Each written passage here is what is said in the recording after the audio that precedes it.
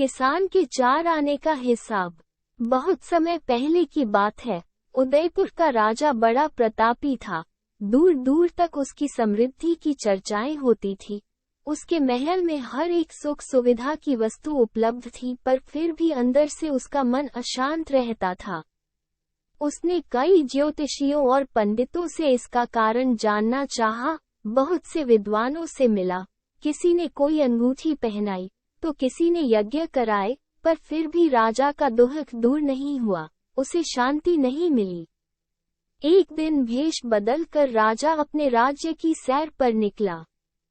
घूमते घूमते वो एक खेत के पास से गुजरा। तभी उसकी नजर एक किसान पर पड़ी।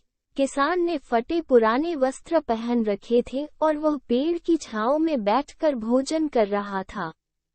किसान के वस्त्र देखकर राजा के मन में आया कि वह किसान को कुछ स्वर्ण मुद्राएं दे दे ताकि उसके जीवन में कुछ खुशियां आ जाए। राजा किसान के सामने जाकर बोला, मैं एक राहगीर हूँ। मुझे तुम्हारे खेत में ये 4 स्वर्ण मुद्राएं गिरी मिली। क्योंकि यह खेत तुम्हारा है, इसलिए ये मुद्राएं तुम ही रख लो।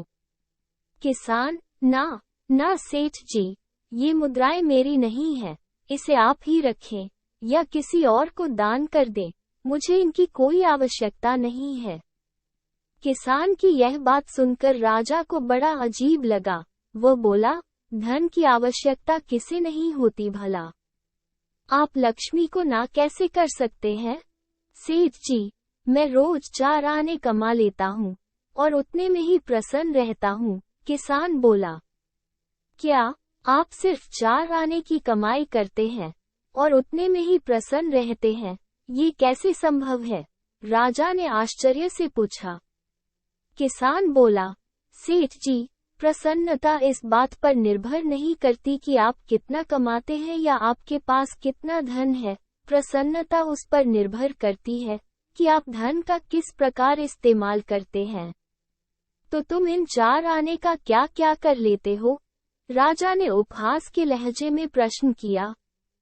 किसान भी बेकार की बहस में नहीं पड़ना चाहता था। उसने आगे बढ़ते हुए उत्तर दिया, इन 4 आनों में से एक मैं कुएं में डाल देता हूँ, दूसरे से कर्ज चुका देता हूँ, तीसरा उधार में दे देता हूँ और चौथा मिट्टी में गाड़ देता हूँ।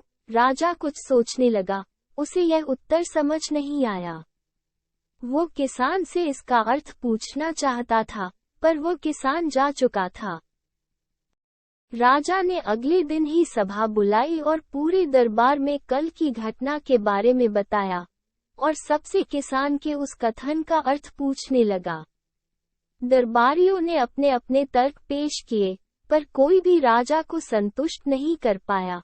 अंत में किसान को ही दरबार में बुलाने का निर्णय लिया गया। बहुत खोजबीन के बाद किसान मिला और उसे कल की सभा में प्रस्तुत होने का निर्देश दिया गया।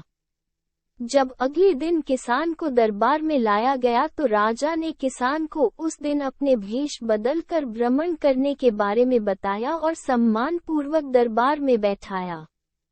फिर राजा ने कहा, मैं तुम्हारे उत्तर से प्रभावित हूँ और तुम्हारे 4 आने का हिसाब जानना चाहता हूँ। बताओ, तुम अपने कमाए 4 आने किस तरह खर्च करते हो, जो तुम इतना प्रसन्न और संतुष्ट रह पाते हो? राजा ने प्रश्न किया। किसान बोला, हुजूर, जैसा कि मैंने बताया था, मैं 1 आना कुएं में डाल देता हूँ, यानी अपने परिवार के भरण पोषण में लगा देता हूँ। दूसरे से मैं कर्ज चुकता हूँ, यानी इसे मैं अपने वृद्ध माँ बाप की सेवा में लगा देता हूँ। तीसरा, मैं उधार दे देता हूँ, यानी अपने बच्चों की शिक्षा दीक्षा में लगा देता हूँ। और चौथा, मैं मिट्टी में गाड़ देता हूँ, यानी मैं 1 पैसे की बचत कर लेता हूँ ताकि समय आने पर मुझे किसी से मांगना ना पड़े और मैं इसे धार्मिक, सामाजिक या अन्य आवश्यक कार्यों में लगा सकूं। राजा को अब किसान की बात समझ आ चुकी थी। राजा की समस्या का समाधान हो चुका था। वह जान चुका था कि यदि उसे प्रसन्न एवं संतुष्ट रहना है तो उसे भी अपने अर्जित किए धन का सही उपयोग करना होगा। दोस्तों, देखा जाए तो पहले की अपेक्षा लोगों की आमदनी बढ़ी है। पर क्या उसी अनुपात में हमारी प्रसन्नता भी बढ़ी है? पैसों के मामलों में हम कहीं न कहीं गलती कर रहे हैं। लाइफ को बैलेंस बनाना जरूरी है और इसके लिए हमें अपनी आमदनी और उसके इस्तेमाल पर जरूर गौर करना चाहिए। नहीं तो भले ही हम लाखों रुपए कमा ले पर फिर भी प्रसन्न एवं संतुष्ट नहीं रह पाएंगे। अगर आपको हमारी यह कहानी पसंद आई हो तो हमारे चैनल को सब्सक्राइब करें और वीडियो को लाइक एंड शेयर करें।